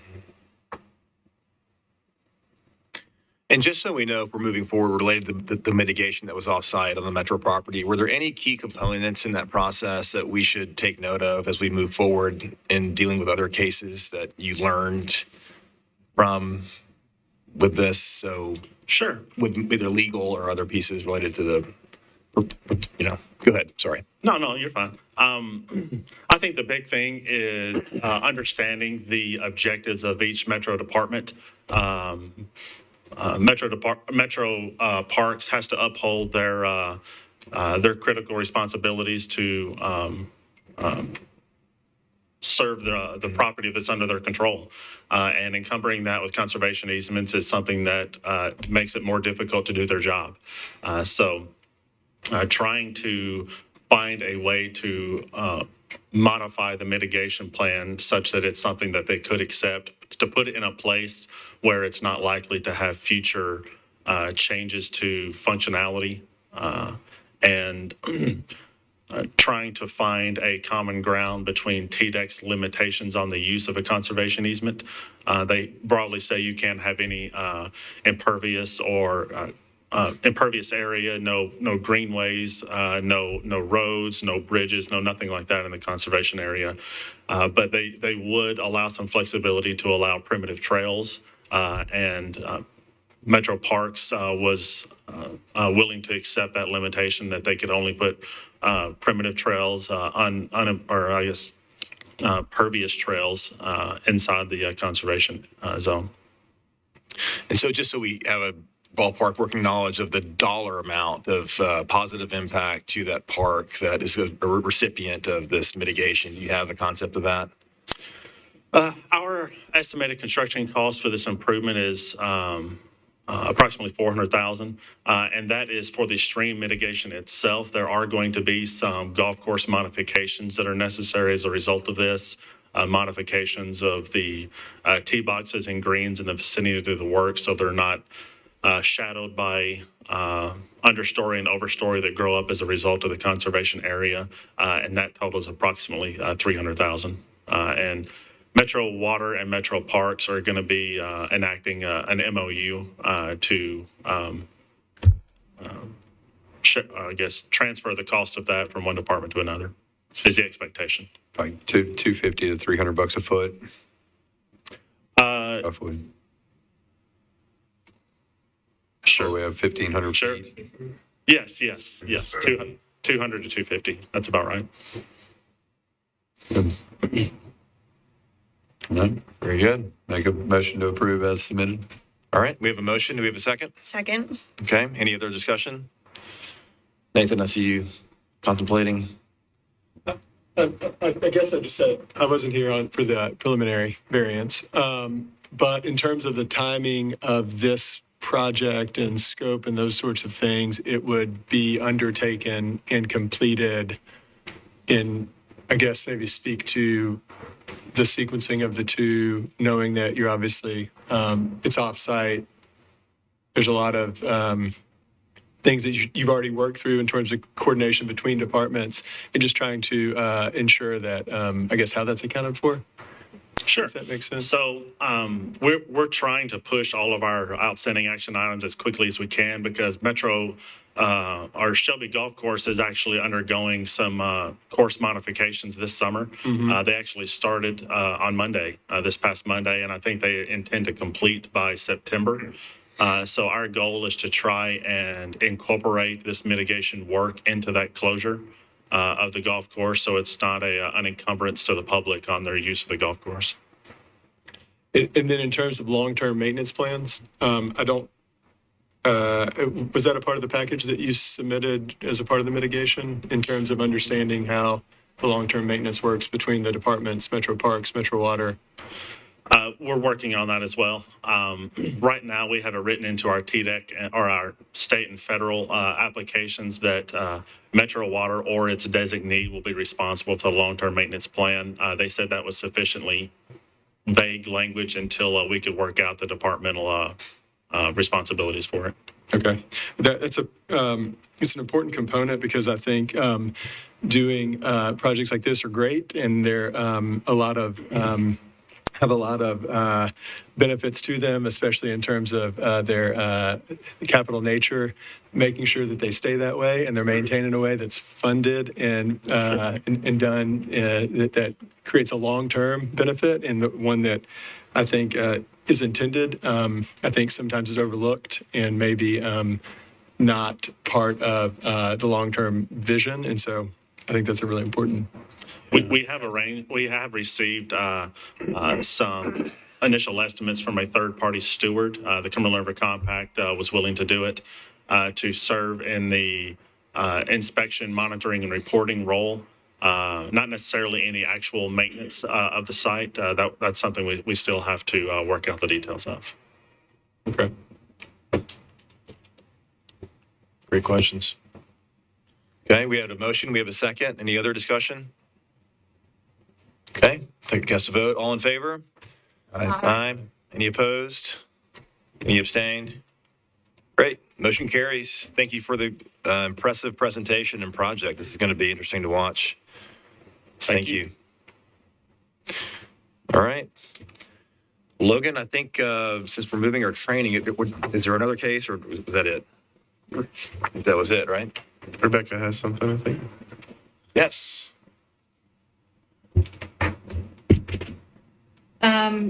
Well, I guess I'll repeat this the next time everybody's here, but Metro staff would like to humbly request that the Stormwater Commissioners consider reducing the number of deferrals that they issue. It was originally just meant to be used occasionally when a project came through and really needed to just come back and bring something else, and it's turned into a commonplace tool.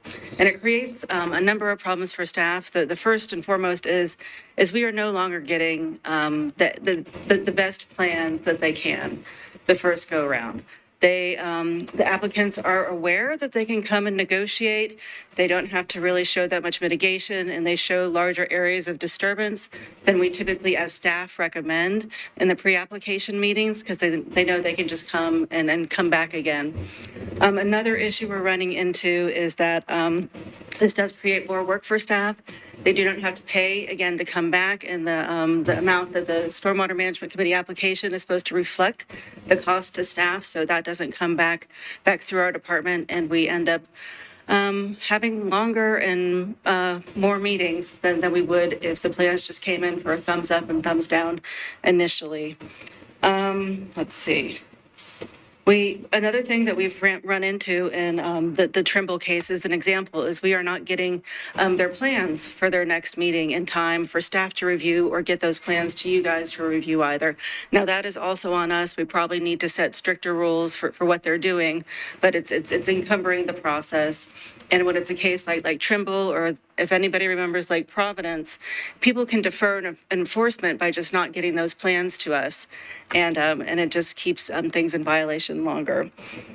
So I'm not sure if Michael has anything to add to it, but we're just asking maybe you'll just consider the thumbs up, thumb down, approve or deny. People may start improving their plans a little bit, which will make it easier for all of us.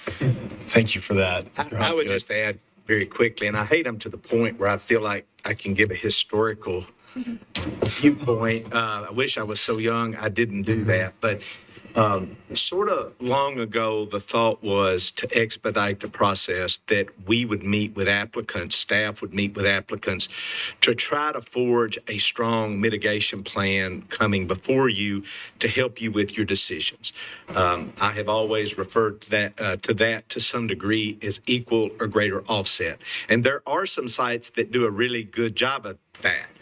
Ironically, with this discussion, I think we have seen some even today that did that. So it's not every site. I think maybe you see this scenario on some of either the enforcement cases or the cases where maybe mitigation isn't as viable. But anyway, the committee at one point charged staff with meeting with applicants, which we do, and trying to forge an X+1, so to speak, mitigation plan.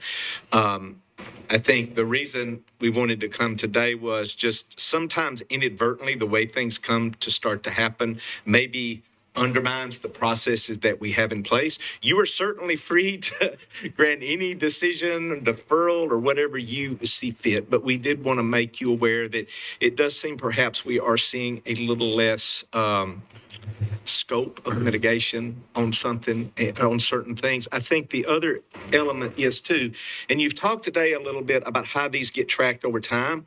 Obviously, we're reconciling the grading permit issuance and the final sign-offs, but you are approving a plan of record that comes to you.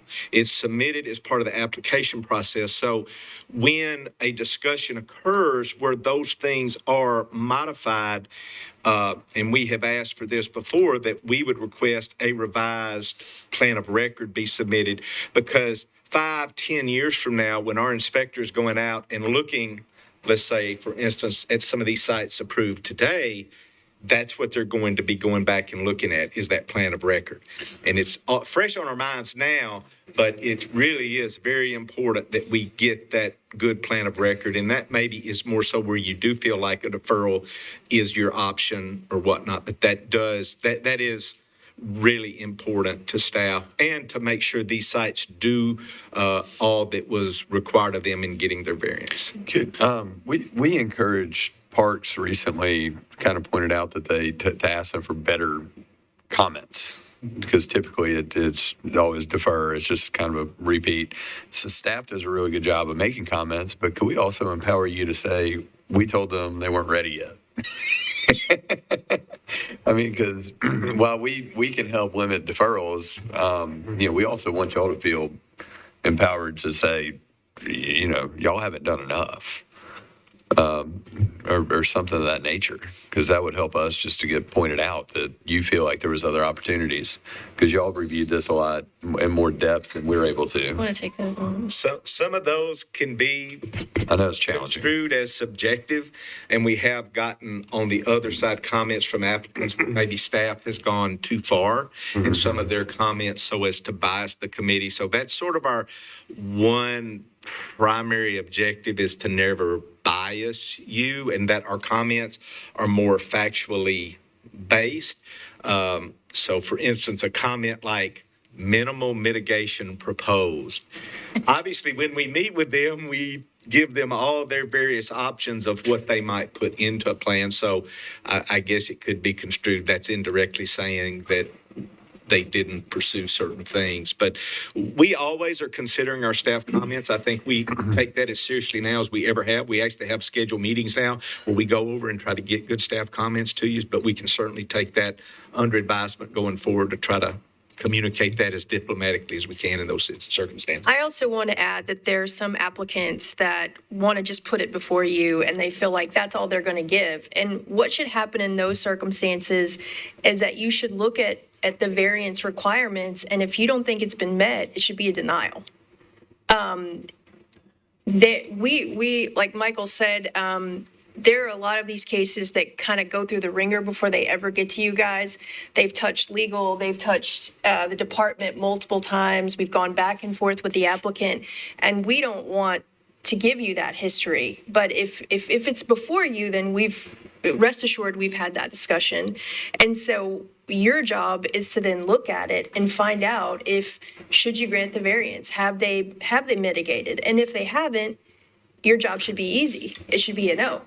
Right? I'm not saying you always have an easy job, but you know what I mean. Like you have a very clear path forward. And so just know that when it comes before you, it's probably already made its rounds thoroughly through the office before. And it's probably not a coincidence or a lack of oversight that it looks incomplete.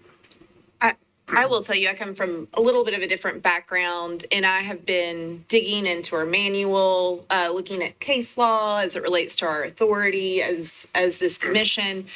And I think that the ask of the staff is appropriate. I will say, because of my background, the way that I view this, and this is kind of my interpretation, but obviously somebody is coming before us to ask for a variance because it does not currently comply with our metro regulations. They bear the burden to come to us with a full variance request that meets the requirements that we must, we as a commission must follow as a part of our manual, which we are only here from the authority of Metro and then the authority of the state of Tennessee that allows Metro to have this commission.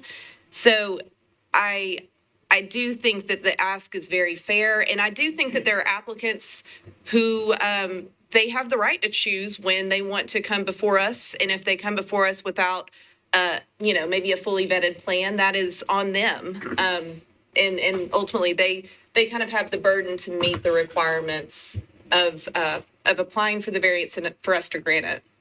What is if we recently had one that had a stream crossing for a driveway and uncompensated fill, and none of us thought that it was a sufficient request, so we deferred it, and then they ended up figuring out how to make it work. On something like that, if we had just denied it, is there a time gap that they could have come back? Because, it's not like they're going to submit a different plan. I mean, it's a driveway. They're either crossing or they're not crossing. That was going to be my question too. So if we go through and we do a denial, is there a time period for which they have to wait to resubmit, or can they resubmit? It just resets the clock, resets the permit to your point of fee. Like, you can come back, but you're deferred today and you have to start the process over, as opposed to us saying, hey, you don't quite have everything together. We have some questions, defer it, you come back to us.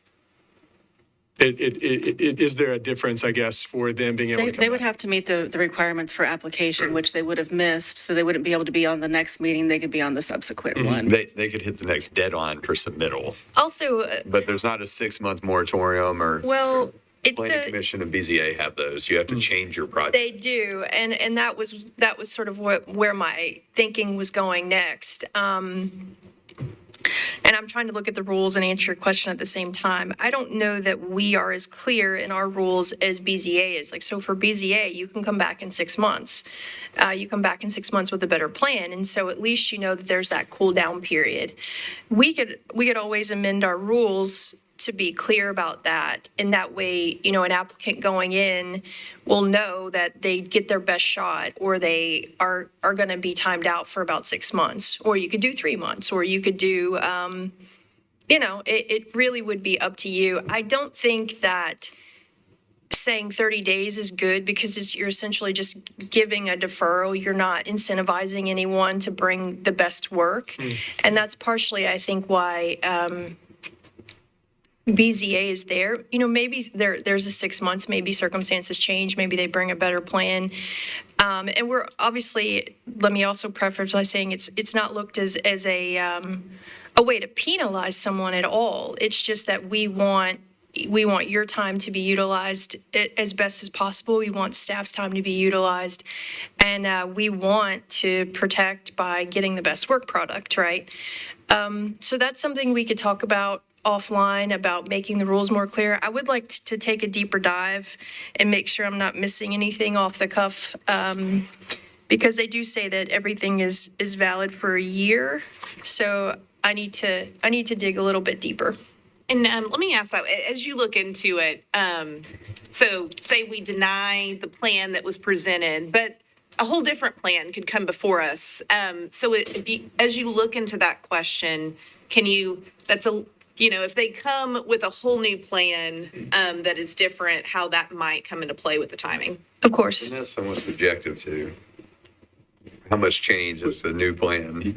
I mean, it wouldn't be dissimilar to a planning commission where they say, hey, this is a minor modification, or this is a major modification, and it's kind of based on staff's review of what those changes are to kind of determine that. It's too hard to overregulate to make it clear for every case. And I will also note that we will start encouraging people maybe to use the preliminary variance process, because that is really what was designed to bring things before you, to get your feedback, and then to come back for the full variance. So we do have that route. They just, they're kind of shortcutting it. And as staff, I think Logan and I have also talked about, we're going to start being stricter about the requirement in the application that they have to submit an alternate plan that shows what would happen without the buffer disturbance, or a really solid explanation as to why that plan is not possible. We have not been seeing many of those, and we're going to start making sure that's part of their applications. That'd be great. We appreciate it. And I think we need to think about how we end the preliminary variance. Maybe it's with recommendations and expectations. Because it's hard to just say, all right, there's a motion that isn't a motion. But we need to deliver what they're applying for, which is feedback. So in looking at it now, and I was talking to Michael, I think the way it's currently written is that there can be a rehearing upon a motion to consider by one of the commission members, or by written request, with the caveat that it will not be granted unless new evidence is submitted, which cannot reasonably be presented at the previous hearing. And that is an incomplete, in my opinion, an incomplete application would not fit there because there is no reason why it could not be reasonably presented at the previous hearing.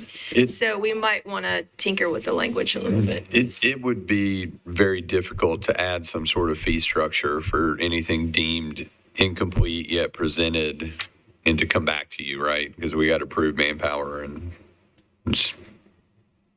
we're almost better just denying it and allowing them to resubmit at the next deadline. And I think the timing aspect, I think once we get some additional feedback on the timing, that may be something that we need to look at to provide clear guidance on if there is a denial, what that means and the timing they can resubmit.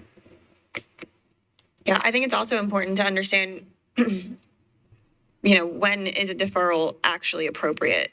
And like, what is that? Like, what is the appropriate use of that mechanism? Because, if you're presenting and you see it going in the wrong direction, like your instinct is to kind of request a deferral, like as soon as you can, right? So if an applicant comes and they request a deferral, like by what criteria are we supposed to analyze whether that's appropriate in that instance or not? One thing I just looked up, the application dates are typically the day before the meeting for the following month. And so if we do deny, it gives them 4 weeks to coordinate the pre-application meeting, gives them 4 weeks to compile that info to then, so it's essentially a 60-day delay, which I feel is pretty appropriate. I think we're kind of fortunate the way that those fall out because we're not asking staff to cram in a pre-application meeting within a short time frame. And it puts a 60-day delay at their feet. And the final thing I wanted to note, we haven't seen a lot lately, but there is always the option in the conditions of the variance, if there are minor tweaks that you would like staff to consider, as long as it requires the submittal of a new plan of record, that we can work through there. And we have done those. I sometimes, I know I must have rolled my eyes when please coordinate with staff is usually how they begin, but that is always an option if there is just something small that doesn't necessarily necessitate a denial. Well, and to that point, BZA and Planning Commission both have consent agendas. And so when there is an item like that, it's not inappropriate in my mind for staff to just run it by a chairman to say, yes, this needs to be reheard, or no, it doesn't. On the topic that you brought up, Rebecca, on the alternate site plans, kind of, and obviously this is only my second meeting, but there are some things I've noticed that like the application package is checked for images, but there aren't any images in it, or they've even checked the box for an offsite mitigation or an alternate mitigation, but it's not really in there. I think that would be helpful to me as I review to have that information and make sure that we are holding them to that information that they're required to submit, or provide some kind of explanation as to why they aren't doing it. So we at least know that was it left out by mistake or intentionally or for another reason. And it may help in terms of just review, and I know it would help me. Go ahead. I was going to thank staff for bringing this up. I would not have known the issue that we caused by a deferral had you not brought it up. So any other future issues you have and procedurally things that we should consider, I would please encourage you to tell us about that. You are generally obtuse. Yes. Can I make one more point? It seems that the microphone's dropping down into the table here. It seems that there's another scenario in which an applicant may feel that the discussion is going in the wrong direction relative to their desire, that they, at midpoint, either elect to withdraw their case or to request a deferral. And that's kind of another scenario I think that sometimes we see sometimes play out. And I don't know if that changes the way we look at how we grant a deferral. I don't, if an applicant feels like he can come back with a better plan, certainly from a staff perspective, we feel like, well, you should have come in with your best plan to start with. the best of scenarios is to meet all the requirements. But if you've got a site that has some site constraints and constrictions and so forth, it's appropriate to say, well, yeah, in order for me to put my structure on this parcel, it's going to infringe a little bit into the Zone 2 or the Zone 1 buffer. That's kind of different from somebody saying, my site's not buildable unless I put my whole structure in Zone 1, in which case staff may say, we think that's a terrible idea and it ought to be denied. So that's just another little scenario where an applicant may at midpoint in his presentation say, let me go back to the drawing board, because he doesn't want to fight back from a denial, maybe.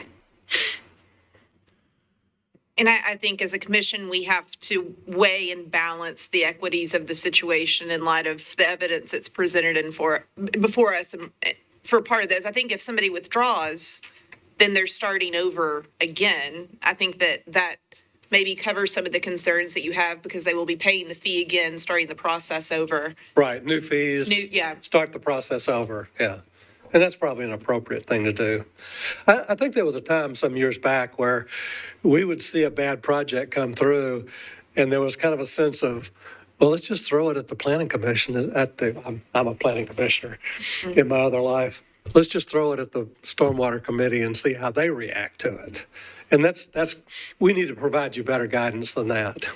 So, if I could add just one thing, going back to the pre-variance meetings, and Rebecca and Logan generally are on those with applicants, but I attend periodically, and I know when I do, one of the things that I always emphasize is you need to bring your strongest proposal to the committee.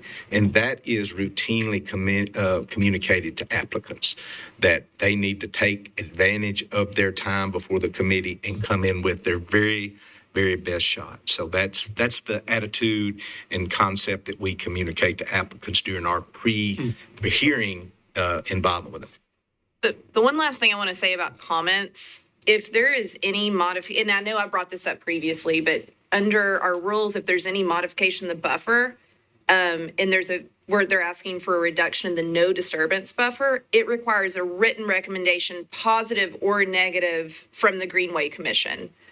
So I want to, because my previous comments maybe weren't clear, but if somebody from Greenway is here, we actually need something positive or negative. Otherwise, we may not be able to approve of the variance, even though we may feel like it's an appropriate variance under our current manual. We're here, but I think they're gone now, but we can, they're still, okay, so we can let them know. Because the last thing I want is for somebody to come and provide an actual variance, request that the commission would think is appropriate, but because we don't have a comment, we may feel like our hands are tied under the manual as it's written. Yes. Good morning. So I guess the bottom line is we would want to meet all of our obligations and responsibilities to the review process for this commission, as well as through Stormwater's requirements. So we'll take a look at that, and if there's something we should be providing, we'll look at how we can timely do that. I appreciate that. Thank you. I guess the question on that is, we usually write it as defer. If is that an approval, or is that a? So our manual says a written recommendation, positive or negative, from the Greenway Commission. My interpretation is a deferral is not giving a written recommendation, positive or negative. Well, they just say defer to stormwater staff. To stormwater staff. Yeah, not defer a meeting date, or they say no comment provided, just because a lot of times there's no greenways contemplated during on those buffers, and so it's kind of odd that it's put on them. That we need to maybe look at in the manual to see if it's appropriate for every. It's just a conversation I wanted to bring up as to whether that might be something that we should look at in the future as an adjustment to the manual. Because I don't want to put additional burden on other, metro departments, but. I have a running list of changes for the stormwater management manual, and I will add that to it.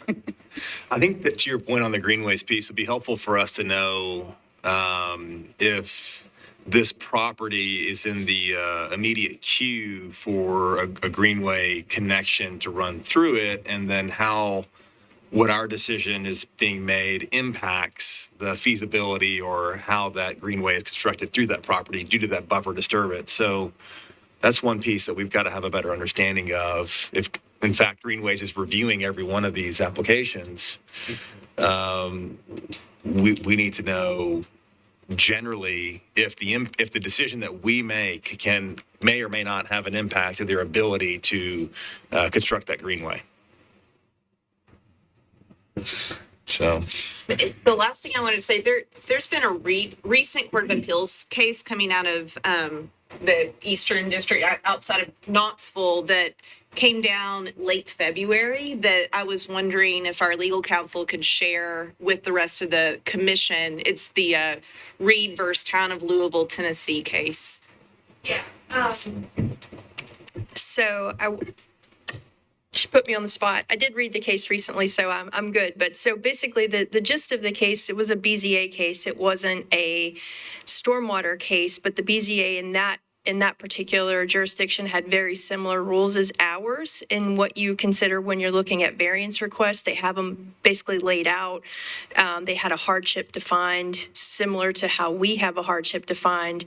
And the BZA granted the variance anyway, and they didn't put on the record or explain why there was a hardship or sort of vet through the factors that you have to look at to get to that decision to grant the variance, and it was appealed. And on appeal, the court said that the BZA erred in granting the variance because they didn't go through those factors and there wasn't a hardship. And so I know I harp a lot on you guys looking at those factors and you guys making that determination that a hardship is there. But this is a great illustration of what happens when, you go ahead and grant a variance, you don't make the record clear, you don't maybe you find it here, but you don't put it on the record. And then if it goes up on appeal, it was overturned because you didn't do that fact-finding mission. In this case, there was not a hardship, so they wouldn't have won anyway. Like the BZA was wrong in what they did, because there wasn't a hardship. And so the court reversed it. The citizen who complained won the lawsuit. So this is just a reminder of how serious that those factors should be taken when you're making those decisions. And I found the case very insightful. I think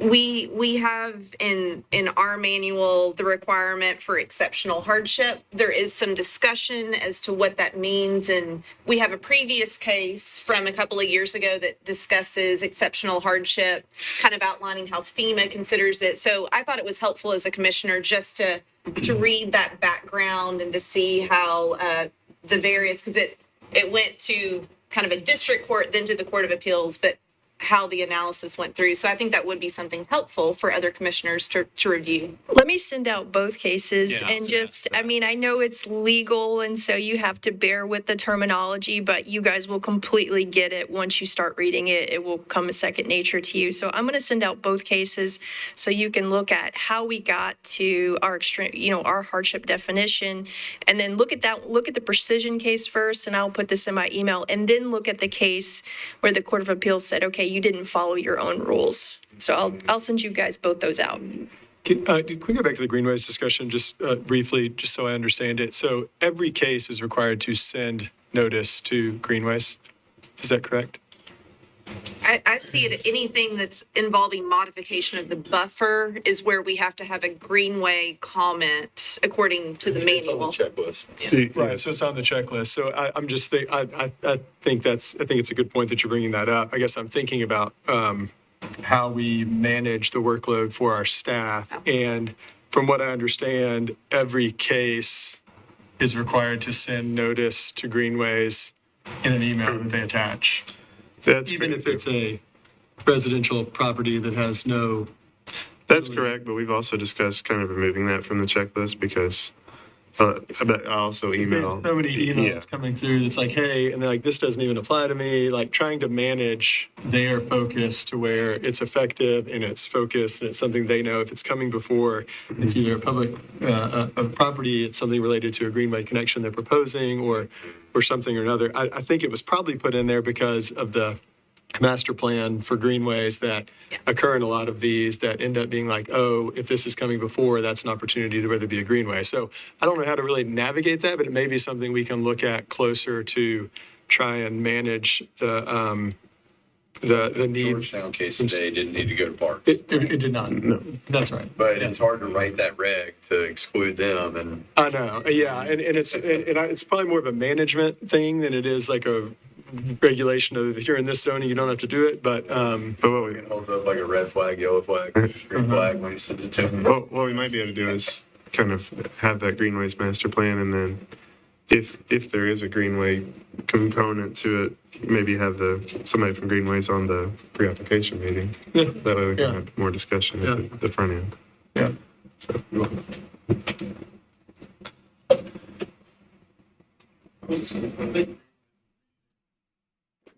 I think Greenways appreciates the opportunity to review all the matters.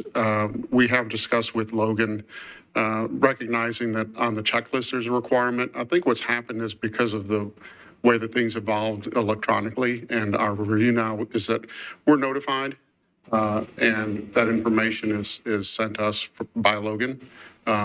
We get a link to all of the information and we can review it. So in terms of the form and the checklist, perhaps that is something that could be amended and remove the requirement for the applicant. But I do think we're, again, appreciative of the ability to look at all of the various matters that come before the Stormwater Commission, because sometimes there are things that may not be identified, obviously, that we still want to take a look at. Right. And to have it coordinated through Logan versus the applicant. Right. Yeah. Yes. Yeah. And on the back end of that, we do notify Logan of a comment. It's not any sort of an official letter or anything. Generally, what I would do is email Logan and let him know what matters we have a comment on or no comment on your agenda. Okay. That was a healthy discussion. Anything else need to cover?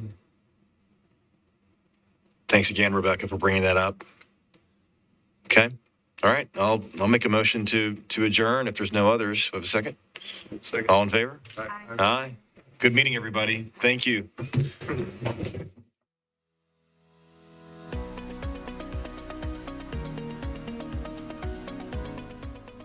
This has been a service of the Metro Nashville Network.